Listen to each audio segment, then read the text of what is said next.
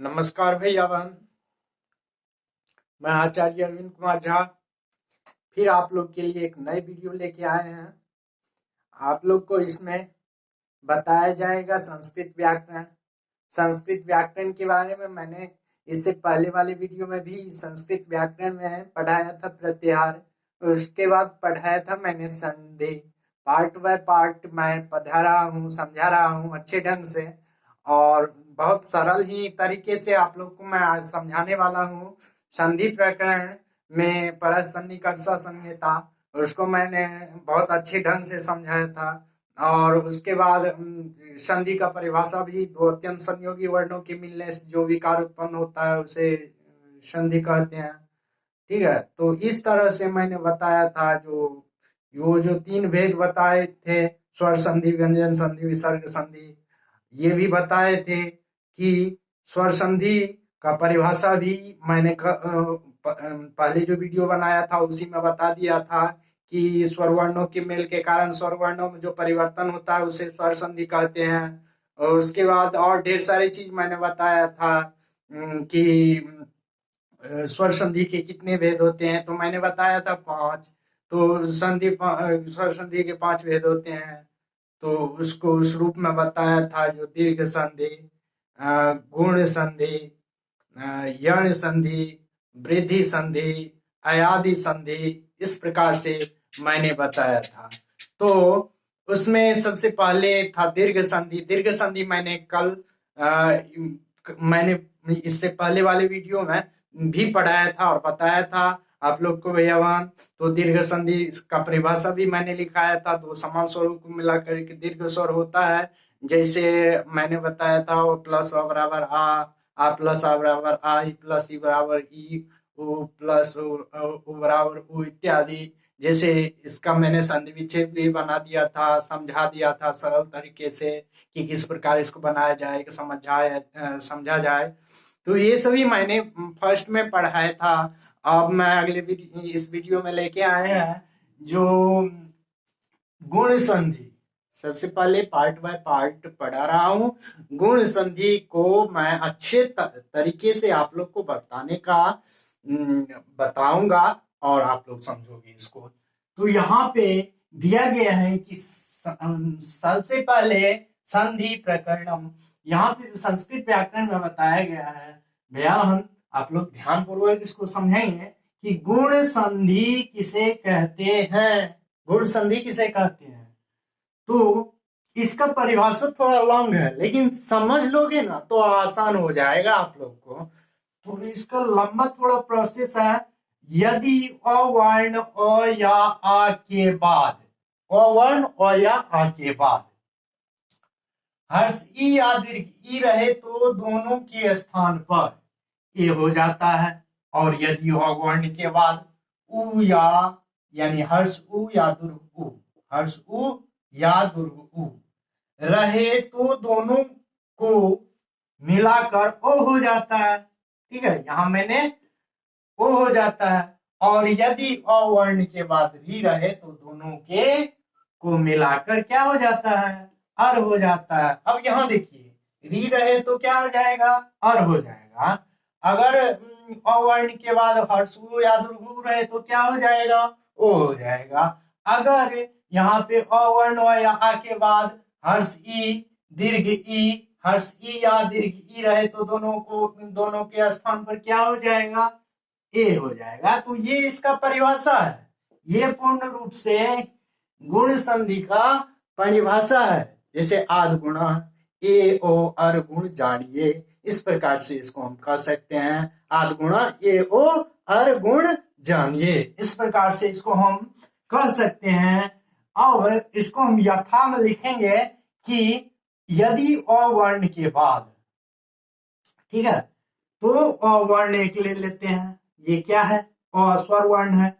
इसके बाद यदि अवर्ण के बाद हर्ष ई या दीर्घ ई रहे तो क्या हो जाएगा।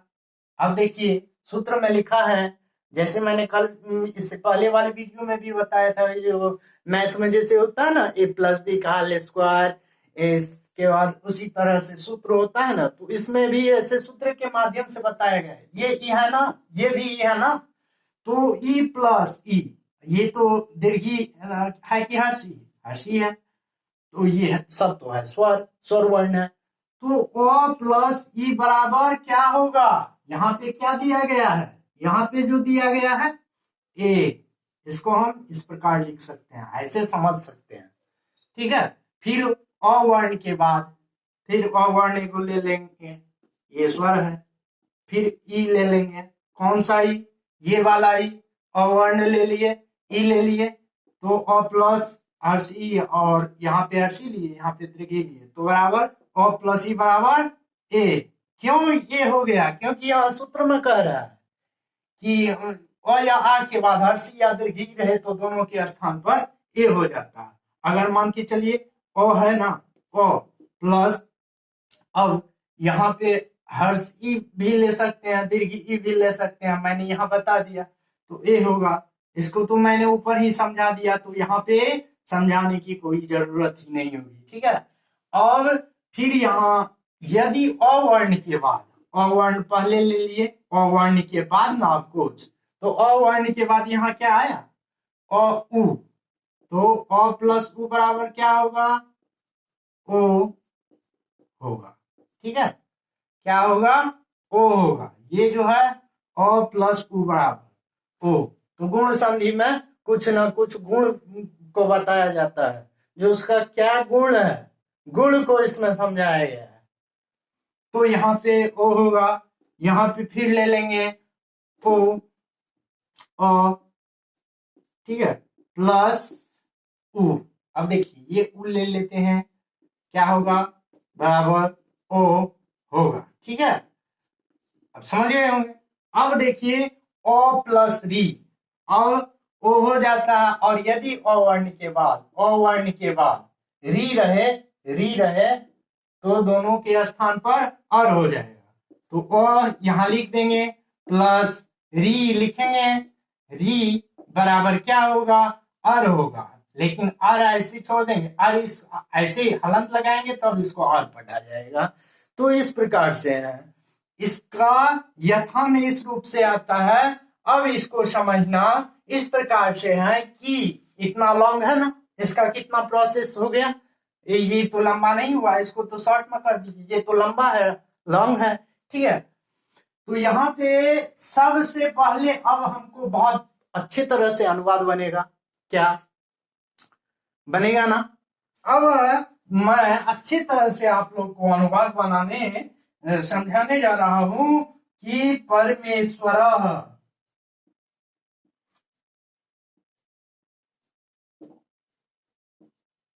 परमेश्वर, परमेश्वर का क्या होगा ये देखना है, इसका हम इसको तोड़ेंगे तो किस प्रकार से यह टूटेगा, क्या किस प्रकार से टूटेगा। यहाँ पे हम अगर परम लिखेंगे, परम प्लस ईश्वर, ऐसे इसको हम लिख सकते हैं, परम प्लस ईश्वर, परमेश्वर। तो परमेश्वर जो हम लिखे हैं, परम मो, अब देखिए इसको बनाना है, मैंने इससे पहले वाले वीडियो में भी बताए थे जो कैसे बनाया जाएगा। मो से क्या करेंगे, ओ निकाल लेंगे। क्यों निकालेंगे, क्योंकि यहाँ क्या है, कहा गया है यदि अ वर्ण अ या आ के बाद हर्षी या दीर्घी रहे तो दोनों के स्थान पर अ हो जाता है। क्या अ के बाद हर्षी या दीर्घी है, और मो से और निकाल दिए, हलंत तो कट ही जाएगा, ठीक है।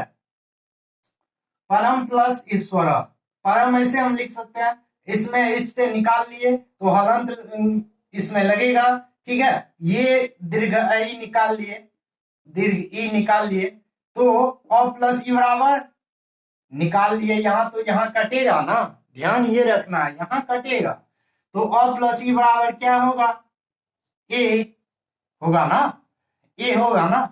तो ए कहां पे जुटेगा, ये ए चला आएगा यहाँ पे, ये ए यहाँ पे आ गया, तो ये पूर्ण रूप से हो गया मो। अब ये हलंत यहां से कट जाएगा, तो अब बना जाके परमेश्वर, परमेश्वर। अब इसको पूर्ण रूप से हम कहेंगे परमेश्वर। ठीक है, अब इसको हम परमेश्वर पूर्ण रूप से कहेंगे। उसके बाद है लंबोदर।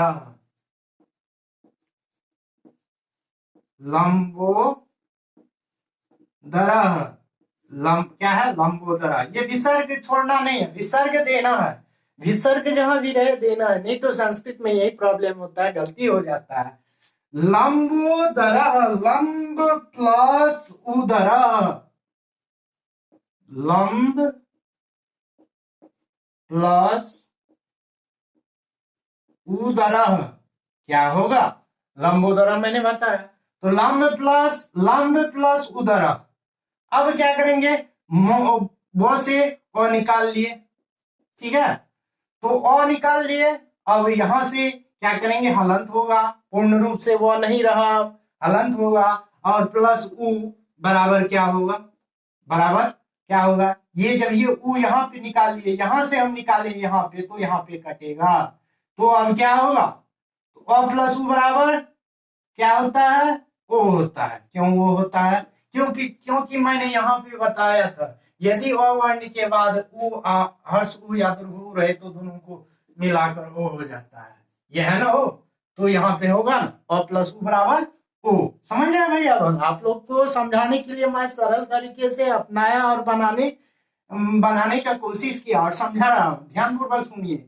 ओ प्लस उ बराबर ओ, तो ये ओ कहाँ आ जाएगा, इसको हम उठा के अगर यहाँ पे दे दे ओ, तो ये पूर्ण रूप से हो गया, इसको भी काट देंगे, तो लंबोदर। तो ये तो समझ गए होंगे। तो महोदय, मैं दूसरा नंबर ये हुआ, तीसरा नंबर लिख रहे हैं कि महोदय, ऐसे हम इसको लिख सकते हैं, और महा प्लस उदय, इस प्रकार से हम लिख सकते हैं, महा प्लस उदय। अब ये क्या करेंगे, यही समझने में कठिनाई होती है, इसलिए संस्कृत में जो है इसमें गलती हो जाता है संधि में। अगर अच्छे से समझ लोगे तो गलती नहीं होगा। इससे हम आ निकाल लिए, ये यहाँ काट दिए, इसमें हलंत दे दिए, और प्लस उ बराबर आप लोग जानते ही होंगे, इसको यहां से निकाल के यहाँ ले लिए, बराबर क्या होगा, और प्लस उ बराबर ओ, ये हो जाएगा। तो ओ, ये ओ आके फिर इसमें लग जाएगा, इसमें, तो महोदया, ये तो आप लोग समझे होंगे अच्छे तरह से। अब मैं सरल तरीका से आप लोग को बताने जा रहा हूं, आप लोग इसको समझिए, और जहां पे भैया वहां दिक्कत हो ना, वहां हमसे संपर्क करके और वो पूरा करना है, जो मैं पूरा सॉल्व करूंगा, सरल तरीके से समझाऊंगा, और अच्छी तरह से आप लोग को इसको मैं समझाऊंगा, ध्यान पूर्वक देखना है, समझना है, बस यही तो एक है। अब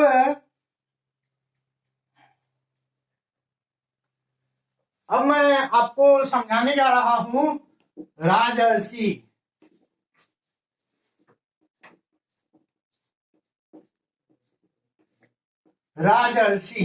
ठीक है, राजर्षि। अब इसको मैं किस तरह से सॉल्व करूंगा जो हमको पूरा आसान हो जाएगा बनाने में, तो इसको हम राजर्षि, इसका पूर्ण रूप से क्या होगा, राजा जोड़ ऋषि। अब ये कैसे हो गया, ये कैसे हो गया, तो इसको आप समझना है कि आप लोग तो सभी समझ गए होंगे, परिभाषा भी मैंने लिखाया था, यदि अ वर्ण यहाँ के बाद हर्षि या दीर्घ रहे तो दोनों को के स्थान पर वो ए हो जाता है, और यदि अ वर्ण के बाद हर्षु या दीर्घ रहे तो दोनों के स्थान पर ओ हो जाता है, और यदि अ वर्ण के बाद री रहे तो दोनों को मिलाकर अर हो जाता है। तो यहाँ मैंने इस तरह से समझाया कि इससे हम आ निकाल लिए, आ निकालेंगे, यहाँ कटेगा, यहाँ हलंत होगा, प्लस री ले लिए यहाँ, ठीक है ले लिए, तो आ प्लस री बराबर अ प्लस री बराबर मैंने सूत्र में लिखाया था, और के बाद यदि रहे तो री तो अर हो जाता है। तो री है ना, तो ये री कट जाएगा, यहाँ पे हलंत हुआ, यहाँ पे अर हो जाएगा, और ये अर में से ठीक है और आके इसमें मिल जाएगा।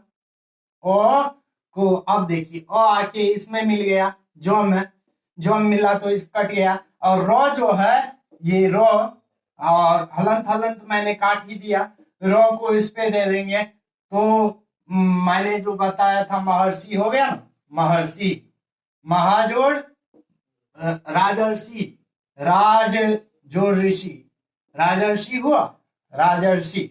इस प्रकार से इसको भी काट दिए, यहाँ पे दे दिए, हो गया राजर्षि। इस प्रकार से आप लोग को बनाना है भैया। अब मैं आप लोग हमको कमेंट में जो समझ रहे होंगे तो मैं आप लोग को कुछ बनाने के लिए दे देता हूं। जैसे महोदया,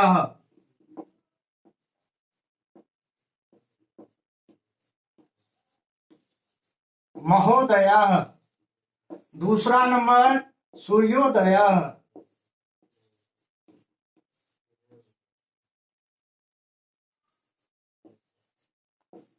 तीसरा नंबर चंद्रोदय,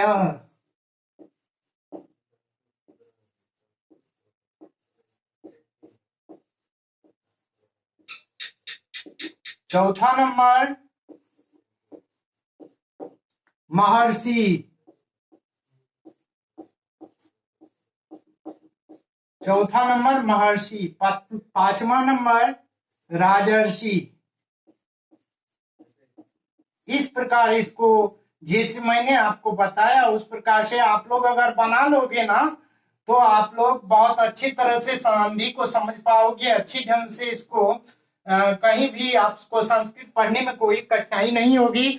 और आज का यही प्रश्न रहा कि गुण संधि का परिभाषा आप लोग तो बता सकते हैं, गुण संधि किसे कहते हैं इसको कमेंट में लिख के देना है कि गुण संधि किसे कहते हैं, गुण संधि किसे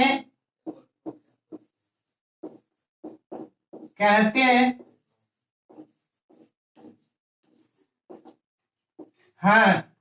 गुण संधि किसे कहते हैं ये आप हमें लिख के दीजिएगा।